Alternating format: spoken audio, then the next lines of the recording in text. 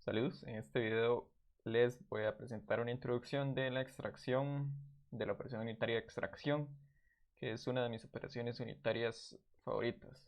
Entonces empecemos con un lugar en donde se podría usar.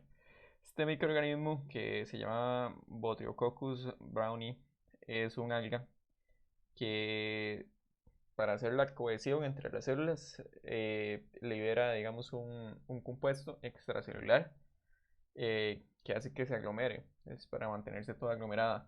Y resulta que ese compuesto extracelular es este, digamos, eh, botrio, botriocoxeno. O sea, ven que esto es un C34H58. C34 es demasiados carbonos.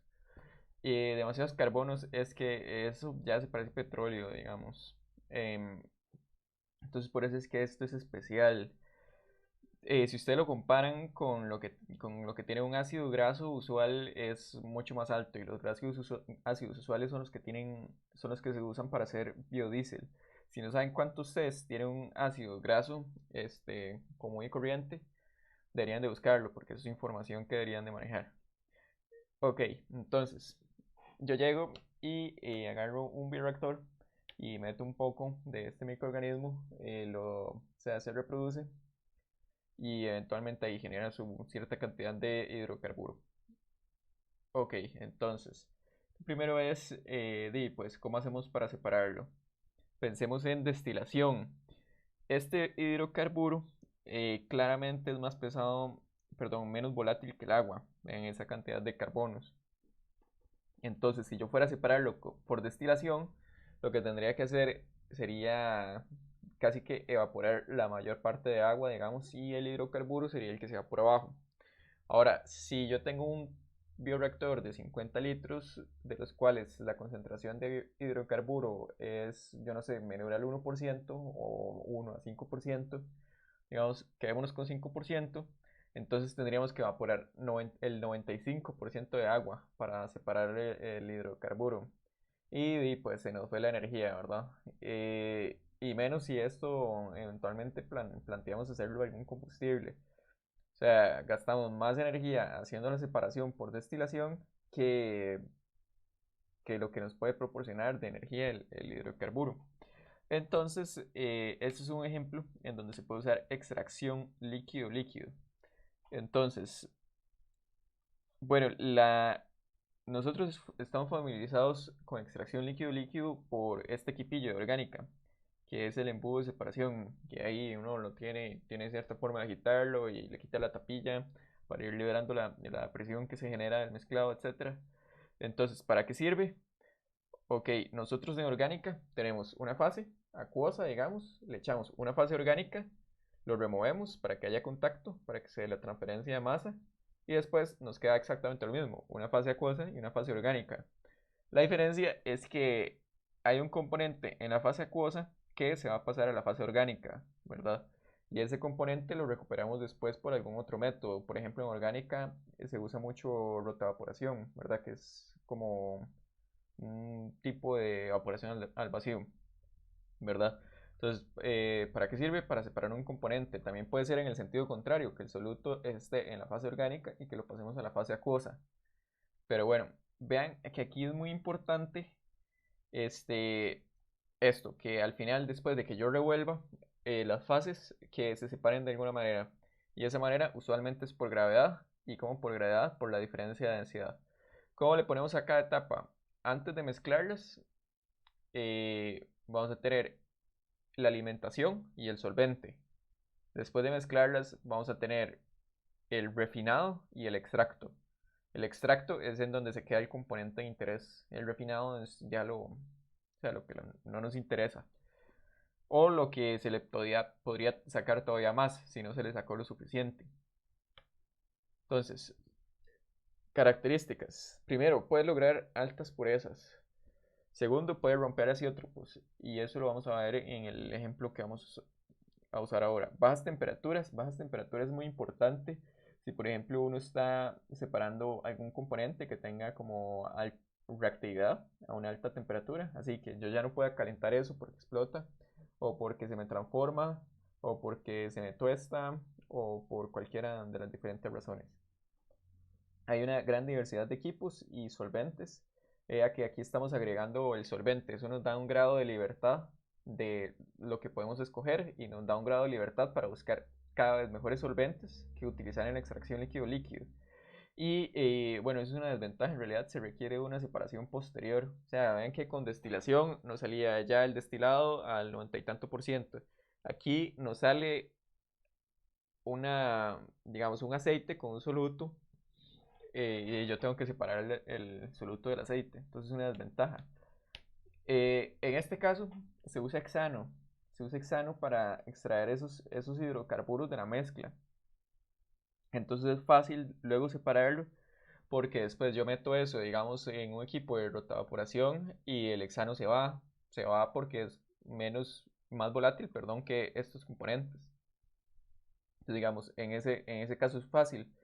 Y es diferente evaporar, digamos, como lo que queda, el extracto, que sea, digamos, 50% hexano, 50% este componente, a tener que evaporar el 95% de agua que tenía antes. Entonces, igual tuve que gastar energía, igual tuve que evaporar, pero ya no es esa exageración lo que tengo que evaporar. Entonces, estos casos se prefiere extracción. La primera cuando la concentración del soluto es muy baja, como el ejemplo que vimos. La segunda cuando hay productos sensibles a temperatura. Si necesitamos romper azeótropos, que es una pregunta de la tarea, ¿verdad? Que es la concentración máxima a la que podemos llegar por una destilación binaria en el azeótropo. Cuando se puede explotar más una diferencia de solubilidad que una diferencia de volatilidades, por ejemplo, que tengamos dos compuestos que se evaporen a una temperatura similar, ahí destilaciones queda un poco feo, ¿verdad? Pero que uno tenga un grupo funcional polar y el otro sea completamente no polar, entonces eso grita a que hay que usar extracción, ¿verdad? Bueno, y ese sería el último punto, el de puntos de ebullición demasiado cercanos. Entonces, veamos este ejemplo. Este ejemplo es el componente volátil es agua y el componente menos volátil es ácido acético. Entonces vean que esto tiene un azeótropo cercano al 85%. O sea que si tengo una mezcla, yo no sé, con una alimentación por aquí 0,3 o 0,4 y lo alimento, o sea, no importa las graditas que yo forme de este lado, así como McCabe Steel, puedo generar graditas así infinitas para acá, que aquí siguen las graditas infinitas y siguen infinitas aquí, chiquititas, chiquititas, chiquititas, y nunca, nunca, nunca es posible pasar por solo destilación, por solo McCabe Steel, hasta este otro lado. Y si yo parto más bien aquí de 95, nunca voy a poderme pasar a este otro lado de la curva. Entonces eso es una limitante. Eso se debe a que destilación, la idea es que si yo voy a evaporar, si yo voy a vaporizar parte de la mezcla, que esa parte vaporizada se lleve más del componente volátil. Y en el azeótropo justamente pasa que el líquido y el vapor tienen la misma composición, entonces se ebulle a la misma composición, entonces no se está dando una separación, ¿verdad? Y para eso podemos usar extracción. Este diagrama lo voy a analizar en un video aparte, pero para que sepan, es cómo producir a partir de agua y ácido acético glacial. O sea, partimos en un punto que estamos a la izquierda del azeótropo y terminamos en un punto que está a la derecha del azeótropo. ¿Cómo? Con este equipo de extracción, en donde se le agrega un tercer componente que es acetato de etilo. Eh, ¿Cómo recupero? Eventualmente lo purifico metiendo esto en una columna de destilación. Entonces ven, no nos quitamos la separación posterior, pero podemos separar el azeótropo, ¿verdad? Y obtener un producto que realmente va a ser más caro. Digamos, ven el caso del etanol, eh, digamos, el alcohol de concentraciones cercanas a las azeotrópicas tiene como ciertas aplicaciones, o sea, no lo podemos echar en las manos, o sea, tienen ciertas aplicaciones, pero si queremos usarlo para combustible, tenemos que eliminarle casi que completamente el agua, entonces tenemos que pasar por encima del azeótropo. Entonces vamos a tener un producto que es distinto, que por ser más puro, lo vamos a poder vender más caro, por ejemplo.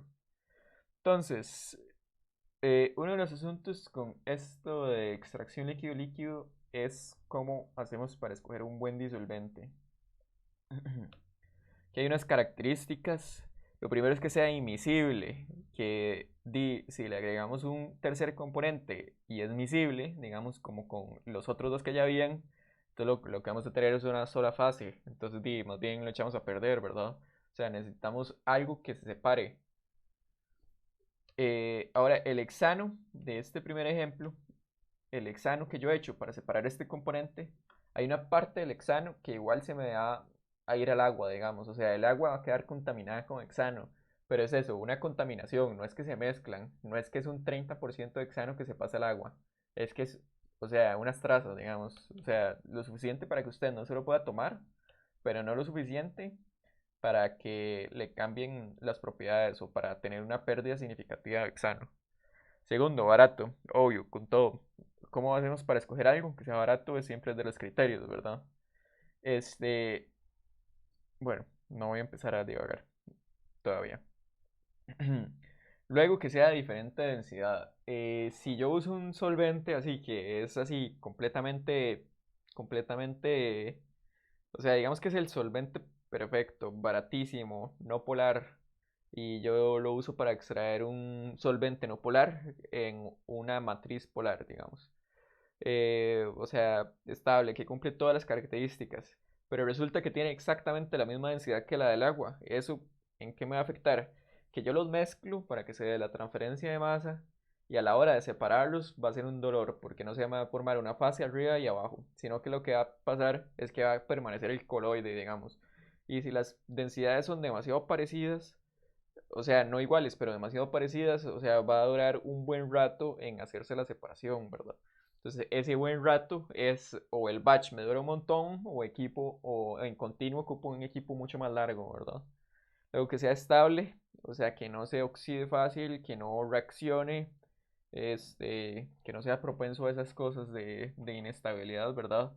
Selectivo. Este selectivo es muy importante porque por ejemplo, ustedes están produciendo una fermentación ácido láctico, digamos.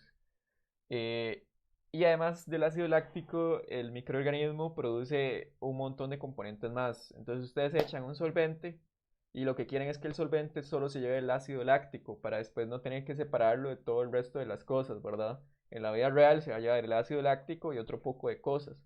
Pero entre más selectivo para el soluto que ustedes están intentando extraer, mejor, ¿verdad? No tóxico, ¿verdad? Que esto también se le puede aplicar a relaciones de pareja. Ustedes no quieren personas tóxicas en su vida. Eh, Luego que no sea emulsionante ni espumante. Este, lo de emulsionante es justamente por esa dificultad a la hora de separarlo. Y lo de espumante, todas las cosas que sean espumantes son un problema en los equipos, digamos. Son un problema en los equipos porque le introduce una tercera fase que es aire, número uno, número dos, porque se le acaba el espacio, eh, y número tres, porque, digamos, si queda espuma, espuma es un potencial lugar en donde van a tener las dos fases, y si ustedes van a separar una cosa por arriba y otra cosa por abajo, inevitablemente la espuma se les va a separar por arriba, ¿verdad? Eh, Luego, fácil de recuperar por otros métodos. Fácil de recuperar por otros métodos. Ah, sí, o sea, ustedes llegan y extrajeron el hexano, o sea, el hidrocarbono con hexano, entonces eso es fácil de separar por evaporación, o sea, que la separación posterior no quede peor que la primera separación, digamos, queremos mejorar la tarea, no queremos empeorarla. Siento por el chiste de las relaciones tóxicas. Al principio no era un chiste, digamos, pero después sonó como chiste y después, no sé, lo sentí como un chiste de papá. Eh, ok, ahora pasemos un toque al equipo industrial que se usa para esto. Yo lo que quiero es hacer las dos cosas en un equipo industrial, o sea, ya nos separamos del embudito, ¿verdad? Lo que quiero es mezclar las dos fases y poderlas separar, ¿verdad? Entonces, esto es un equipo bien básico que sinceramente ustedes podrían dibujar si quisieran. Meten la alimentación, digamos, la alimentación se puede mezclar aquí adentro y eventualmente sale la emulsión. Lo del mezclado es opcional, pero el mezclado definitivamente les va a mejorar la transferencia de masa. Entonces, nada más meten un equipo, así, el equipo más básico, digamos, puede ser nada más un compartimiento, una agitación, mezclan todo, sacan la emulsión por arriba y esa emulsión eventualmente la meten a un tanquecillo ahí, que es largo. Es importante que sea largo, digamos, porque eso aumenta área, el área en el que está haciendo acción la gravedad, el campo de fuerza, digamos que es gravedad, y si uno aumenta el área en el que está haciendo acción la gravedad, aumenta la capacidad de separar por densidades, digamos. Eso lo vamos a ver después en sedimentación, pero por lo menos es el principio. Entonces uno lo mete en un decantador, en donde la idea es que se rompa la mezcla, digamos, la mezcla bifásica, que se rompa la suspensión de burbujitas de una fase en la otra fase y que se separe ya por gravedad, digamos, si saco una por arriba y otra por abajo. Si el equipo más básico, ustedes lo pueden dibujar, lo pueden mandar a hacer a un taller. Es un equipo que se llama mezclador separador, digamos, mezclador decantador, mixer settler, es en inglés. Entonces, bueno, ahí hay un ejemplo, digamos. Ahí en verde es la mezcla, en azul es una fase, en amarillo es la otra fase, ¿verdad? Y la idea es que o sea, el componente pase de estar de la fase pesada a la fase ligera o al revés, de la fase ligera a la fase pesada, ¿verdad? Alguno de esos dos lleva el componente de interés y alguno de esos dos se lo lleva al final. Y bueno, ahí hay una foto de uno de esos en la vida real, si lo quieren comprar ya de alguien que lo comercializa. Si se meten aquí, esto es un solo compartimiento con un agitador y esto es un compartimiento largo en donde hay placas de coalescencia. Ahorita les digo que son placas de coalescencia. Lo tan de esto es que uno puede acomodarlos para hacer flujo cruzado o flujo contracorriente. Ahora pues en el siguiente video les voy a explicar qué es eso. No, en el siguiente. Entonces, bueno, este link de YouTube se los voy a dejar ahí embedido dentro de la clase. Y estas son placas de coalescencia. Las placas de coalescencia son para romper suspensiones de un componente en otro, ¿verdad? Y eso son suspensiones, ¿verdad? No disoluciones. Entonces, ¿cómo funciona esto? Vean que en cada uno de estos, digamos, o sea, aquí va para arriba y la idea que vaya para arriba es que en este espacio pequeño pase lo siguiente, el componente más pesado se pegue a la placa de arriba y ¿qué pasa? Digamos, si se pega una burbujita y va subiendo, que se pegue con la siguiente burbujita y con la siguiente y con la siguiente, digamos, de aceite, por ejemplo, y que las burbujitas de aceite en agua se vayan haciendo cada vez más grandes, cada vez más ligeras y que eventualmente sea lo suficientemente ligero para que se vaya para arriba. Este principio no solo se usa en extracción, sino que se usa también en tratamiento de aguas, si uno quiere separar una fase oleosa de una fase acuosa. Otro equipo que se usa para esto, así sin agitación, es nada más una columna pelada sin nada dentro. Se puede distribuir el líquido ligero en una matriz de líquido pesado o se puede distribuir el líquido pesado en una matriz de líquido ligero, cualquiera de los dos. Ahí se va a dar un intercambio a contracorriente. Entonces, bueno, la ventaja de eso es que es barato porque no requiere agitador, pero no es tan eficiente. Lo siguiente que puede pasar aquí en esto de extracción es que las mismas columnas empacadas que ustedes van a estudiar en masa 2 se pueden usar para extracción. ¿Qué es un empaque? Un empaque es una pieza sólida que se usa para aumentar el área de transferencia de masa, digamos. Entonces, no es lo mismo que el líquido pesado vaya para abajo y pase directo a que eventualmente llegue y se tope con una de estas piecitas, ¿verdad? Entonces, ¿qué pasa si toca, digamos, como con mi dedo? Se tiene que distribuir así, digamos, o sea, se tiene que distribuir hacia los dos lados y cuando hace eso, aumenta el área de transferencia, ¿verdad? Entonces hay una multitud de diseños de empaques que ustedes ahí eventualmente van a estudiar que no son, que no son del curso. También se pueden usar columnas de platos, pero eso es como 1940, en donde agarraban los mismos equipos que dejaban de destilación y de pronto los aplicaban para, para extracción. Eso ya no es moderno. Lo que es moderno en la columna, perdón, en la industria química, digamos que aquí no hay de estas torres, de hecho, son ya digamos custom made, gente que durante años ha desarrollado y ha desarrollado diferentes diseños de unidades de extracción. Entonces hay diferentes cosas, digamos como por discos, etcétera. Esto es de los que uno compra, no de los que uno dibuja, porque hay gente que lleva así ya años y años en la industria. Aquí hay otro tipo, no es, o sea, no es no está dentro de nuestro alcance, digamos, estudiar, digamos, como todos estos tipos de columnas, pero ahí se los dejo.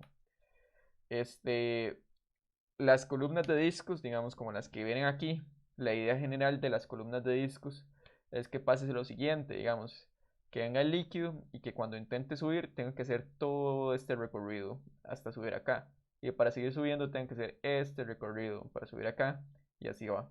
Entonces, ¿eso que hace? Aumenta el área de contacto. Digamos, el de líquido ligero, ¿verdad? Y el pesado igual tiene que bajar por todo hasta acá, ¿verdad? Y cuando el ligero y el pesado va bajando y el ligero va subiendo, ahí es donde se da el contacto, ¿verdad? Hay un par de videos que también se los voy a poner en la sección de clase. Y ahí hay un cuadro de ventajas y desventajas de los diferentes equipos que les metí, ¿verdad? Se pueden clasificar en 4 grandes clasificaciones. Este que ustedes lo pueden dibujar y mandar a hacer, lo pueden pedir y comprar, ¿verdad? El de Mixer Settler.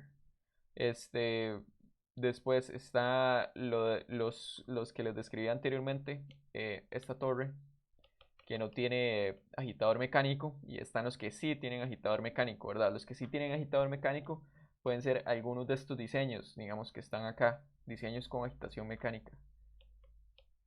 Y están los extractores centrífugos, que son muy interesantes, de verdad, que son caros, pero los usan como en laboratorios de biotecnología.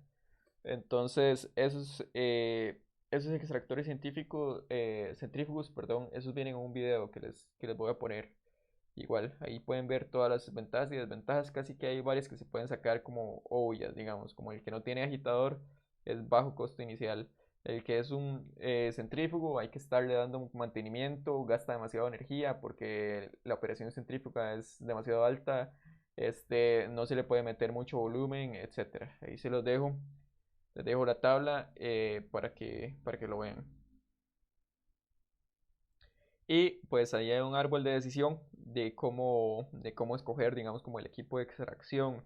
Realmente a nivel nacional, digamos, lo que se puede usar son equipos de extracción simples. Ustedes no van a tener que mandar a pedir una torre de esas Tribal para hacer un proceso, digamos, a menos que la industria química de Costa Rica se desarrolle por alguna extraña razón de manera amplia en los próximos años. Entonces, por ejemplo, con los de columnas sin agitación o con los mixer sellers van a estar bien.